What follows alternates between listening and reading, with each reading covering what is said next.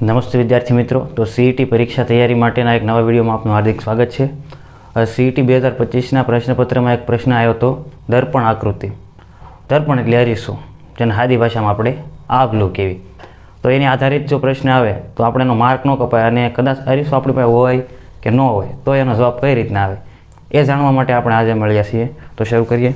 તો દર્પણ આકૃતિ આવી કંઈક પૂછાણી હતી. જે આ લીટી હોય છે ને એની ઉપરથી અંદાજ આવે કે જવાબ આપણને કઈ રીતનો મળશે. સર્વપ્રથમ તો લીટી કઈ બાજુ છે આવી, બરાબર, કાકરવાળી લીટી છે આમ ગેપ હશે. તો આ લીટી કઈ બાજુ? તો ભાઈ આના આ બાજુના હાથમાં છે, બરાબર. તો આનો જવાબ ગોતવા માટે આપણે નીચે પહેલાં નથી વ્યૂ જવાનું, પહેલાં અહીંયા જ કરી નાખવાનું, બધી જે પ્રોસેસ થાય નહીં.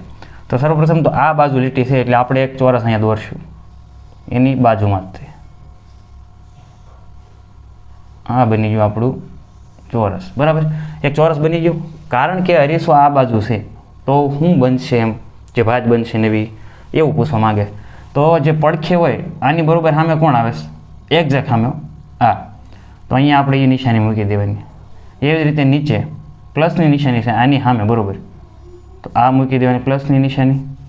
પછી આ છેડે અને આ છેડે, આ જે છેડે હોય ને એને ઠેકાડીને આ છેડે, તો આ એક્સ છે મતલબ કે ગુણાકારની નિશાની, તો એને અહીં મૂકી દીધી. અને આ છેડે છે માઇનસની નિશાની, તો એને આ છેડે મૂકી દીધી. આપણો જવાબ થઈ ગયો તૈયાર. હવે ખાલી આપણે ઓપ્શનમાં જોવાનું છે. તો ભાઈ અહીંયા ભાગાકારની નિશાની છે, તો કે હા અહીંયા છે. એક્સની નિશાની છે, તો કે આ છે. અહીંયા પ્લસ છે ને અહીંયા પ્લસ છે, પણ અહીંયા તો માઇનસ છે, મતલબ કે આ આકૃતિ ખોટી. એવી જ રીતે બીજો ઓપ્શન જોઈએ. અહીંયા ભાગાકાર આપ્યો છે, તો કે હા. પછી પ્લસ આપ્યો, પણ આપણે તો અહીંયા ગુણાકાર આવે છે એટલે આ આવી ગયું. ત્યારબાદ ભાગાકારની નિશાની છે, તો કે છે. પછી ગુણાકારની, તો કે છે, આ છે. પ્લસની છે, તો કે આ છે. અને માઇનસની છે, તો કે છે. તો આપણો જવાબ બનશે આ. પછી આપણે છેલ્લું ચેક કરી લેવી. ભાગાકારની નિશાની છે, ગુણાકારની નિશાની છે, બાદબાકીની નિશાની અહીંયા નથી, એટલે આ જવાબ ન બને. આપણો જવાબ બને આ.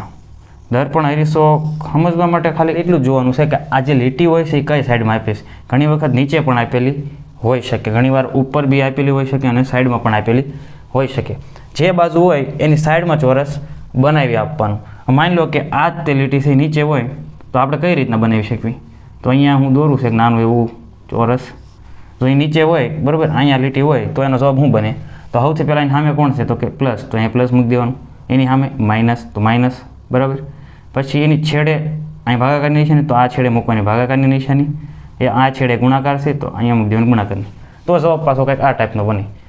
કહેવાનો અર્થ એ છે કે દર્પણ આકૃતિના પ્રશ્ન આવે એટલે પહેલાં આ લીટી ઓળખવાની, ત્યારબાદ એની બાજુમાં ચોરસ દોરી દેવાનું, અને પછી નિશાનીઓને સામસામે લઈ લેવાની, સામસામે અને છેડે છેડે. અને અહીંયા લઈ લેવાની, આ સામસામે, આ સામસામે, આ છેડે છેડે. જો આ રીતનું કરો તો આવા પ્રશ્નોમાં ભૂલ થાય નહીં. આવો નવો જે પ્રશ્ન હું તમને સ્ક્રીન ઉપર આપું છું, જો તમને આ સમજાઈ ગયું છે તો એનો જવાબ તમને આવડશે. અને એ જવાબ લાવીને તમે ABCD અથવા જે હોય એ કહેજો. આવા નવા બીજા વિડીયો જોવા હોય તો પ્લેલિસ્ટમાં છે જ તે. મળે નવા વિડીયોમાં. ધન્યવાદ.